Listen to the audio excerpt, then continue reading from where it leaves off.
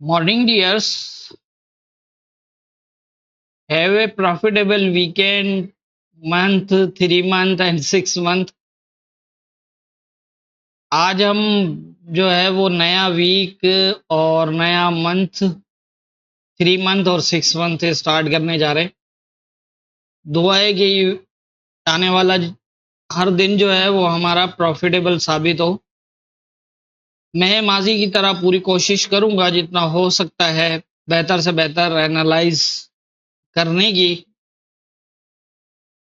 और मुझे उम्मीद है कि हम आगे जो है वो माजी से बेहतर परफॉर्म करेंगे। तो बात कर लेते हैं फ्राइडे की एनालाइज की। फ्राइडे को जब हमने एनालाइज किया मार्केट को, तो यहाँ पर मूव कर रहा था नियर अबाउट जो है ये वाला एरिया था यहाँ पर, और यहाँ से मेरा माइंड ये था कि ये यहाँ से नीचे आएगा। लेकिन फ्राइडे था, मैंने जैसा बताया था कि वीक क्लोज है, मंथ, 3 मंथ और 6 मंथ तक क्लोज हैं।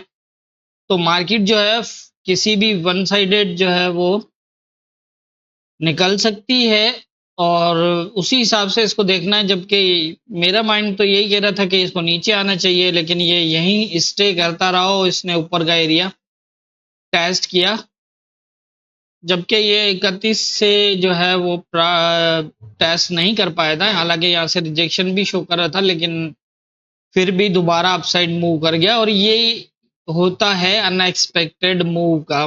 यहाँ पर रिजेक्शन शो कर रहा है, दूसरा सेल कैंडल भी क्लोज किया है, तो इसको यहाँ से नीचे आना चाहिए था, यहाँ तक कम से कम आना चाहिए था। जैसा मैंने बताया था कि 14 तक तो आना चाहिए, और इसके बाद जो है वो अगर इसको ऊपर जाना है तो जा सकता है, और चांसेस थे ऊपर जाने के। लेकिन 14 तक आके जाने के थे, लेकिन ये यहीं से ही तकरीबन जो है वो नियर अबाउट 19-20 के आसपास से ही 40-50 पिप ऊपर से ही जो है वो मूव कर गया। तो इस तरह ये मूवमेंट, स्पेशली क्लोजिंग, बड़े क्लोज जब लगते हैं तो होता है।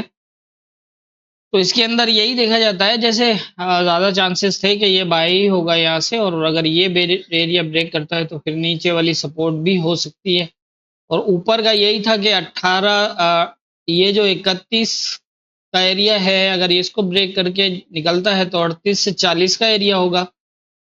और इससे ऊपर अगर H4 का क्लोज करने के बाद भी स्टे करे तो फिर ये जो 54 तक जा सकता है। लेकिन वही कि अगर इसका यहाँ से बिना किसी प्रॉपर सपोर्ट के जाने की वजह से ये इस रेजिस्टेंस एरिया को ब्रेक क्लोज नहीं कर पाया, और यहीं से जो है वो रिजेक्ट होकर दोबारा सेम जहां ओपन था उसके आसपास आके क्लोज कर दिया। तो इस तरह की मूवमेंट होती है, इस तरह ही मार्केट को देखा जाता है। अगर यहाँ से नीचे नहीं आ रहा, यहाँ पर छोटे टाइम फ्रेम में सपोर्ट बना रहा है, तो इट मींस यहाँ से ऊपर जाएगा। तो ये एक यहाँ से बाय की ट्रेड नहीं बनती मेरे हिसाब से।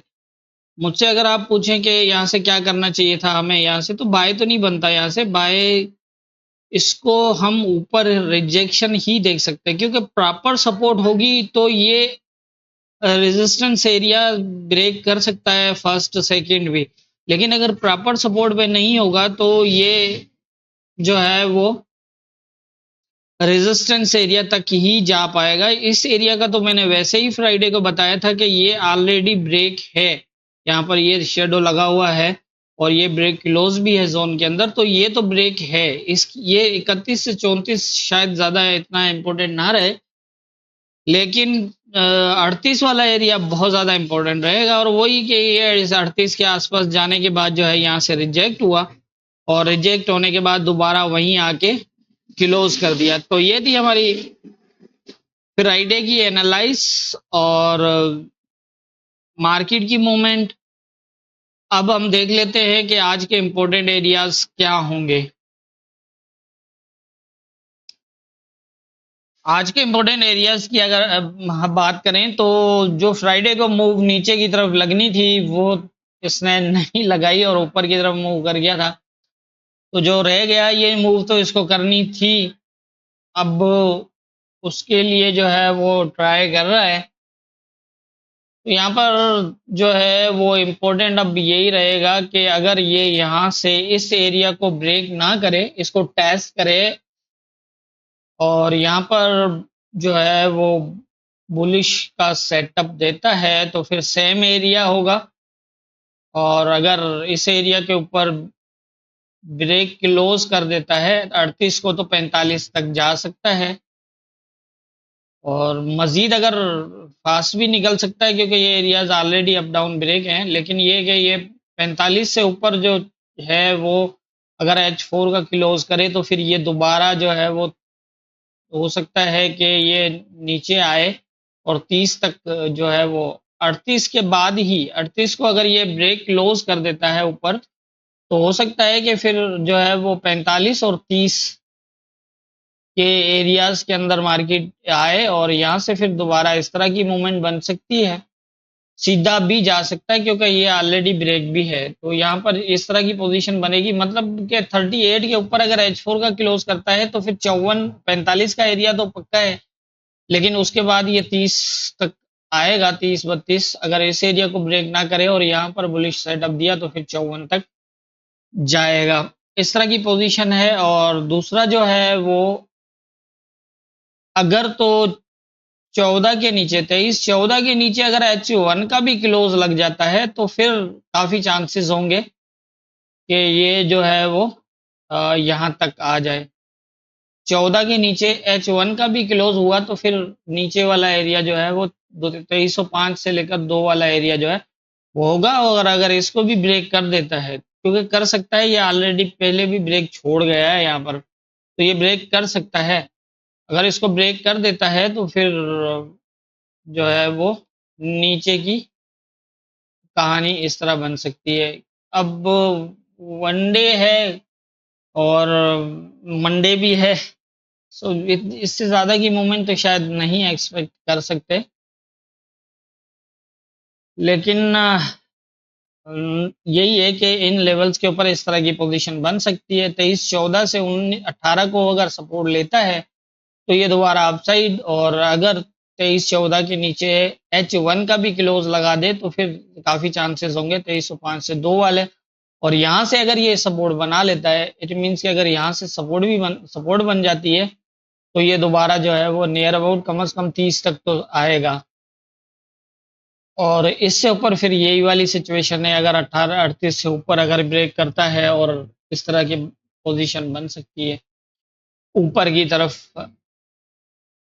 तो इस टाइम जो करंट पोजीशन है मार्केट के अंदर वो यही है। और ध्यान रखिएगा, अब एक दो चीजें ऐसी हैं, यहाँ पर जो रेजिस्टेंस एरिया था इसने उसको ब्रेक नहीं किया था, ये उससे ऊपर था उसको भी ब्रेक नहीं किया था। लेकिन यहाँ इसने जो है वो 38 को शेडो ब्रेक किया हुआ है। अब ये शायद 54 को देखना चाह रहा है या फिर यहाँ से ही कोई बड़ी सेलिंग करना चाह रहा है। ये फिर इन जो है वो सपोर्ट के ऊपर आने के बाद अंदाजा होगा।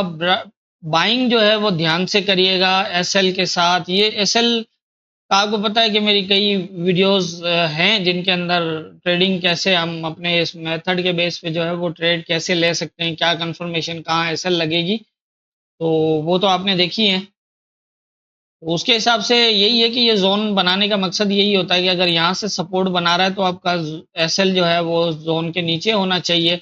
और अगर ये रेजिस्टेंस एरिया के अंदर अगर ये रेजिस्ट हो रहा है तो इसको एसएल ऊपर होना चाहिए। यही हमारे इस जोन बनाने का असल मकसद जो है वो यही होता है कि हमें एसएल के लिए एक प्रॉपर अच्छा एरिया मिलता है ताकि हम अपनी एसएल भी ज़रूर लगाएं। सो मैं हमेशा कहता हूं कि एसएल बहुत ज़रूरी है। हमारी अकाउंट की सेफ्टी का एक ही वाहिद ज़रिया है, वो है एसएल।